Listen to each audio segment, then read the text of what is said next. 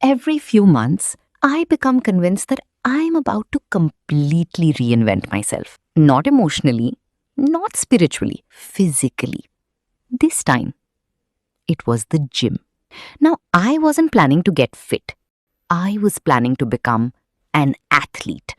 The kind of person who wakes up at 5 a.m., drinks protein shakes, uses words like discipline. The preparation phase was amazing. I watched workout videos, saved fitness reels, researched beginner routines, compared gym memberships. For about a week, I was basically a fitness expert. The only thing I wasn't doing was exercising. Eventually, I signed up for the gym. The night before my first workout, I felt unstoppable. I picked out an outfit, filled my water bottle, made a playlist, went to sleep genuinely believing that tomorrow my new life would begin. The next morning, I walked into the gym and immediately realized everyone looked like they knew what they were doing. Meanwhile, I was just trying to figure out where I was supposed to stand. Then the trainer smiled and said, "Let's start with a warm-up." A warm-up. You know, the easy part, the thing you do before the actual workout. 5 minutes later, I was fighting for my life. We did jumping jacks. My lungs filed a formal complaint. We did high knees. My legs started questioning our relationship. We did mountain climbers, which is a very dramatic name for an exercise that mostly made me regret my decisions. At this point, I hadn't touched a weight. I hadn't used a machine.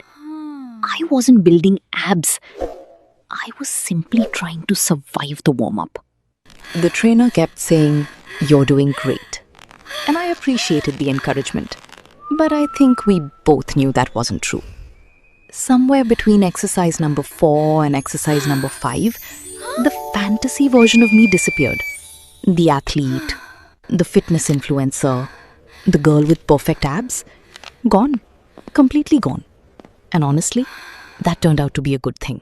Because I was trying to become someone who moved more, someone who didn't consider walking to the fridge a workout. I think that's the problem with a lot of transformation goals. We start with dramatic expectations. Lose weight, get abs, completely change your body, become a brand new person. But maybe that's not the point. Maybe the goal doesn't have to be huge.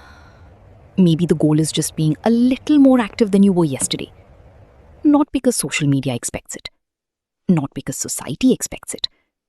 Just because your body deserves to move. And that's a lot easier to maintain than becoming a fitness influencer overnight.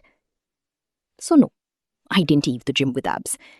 I left with sore legs, a bruised ego, and a brand new respect for warm-ups. Which, honestly, felt like progress.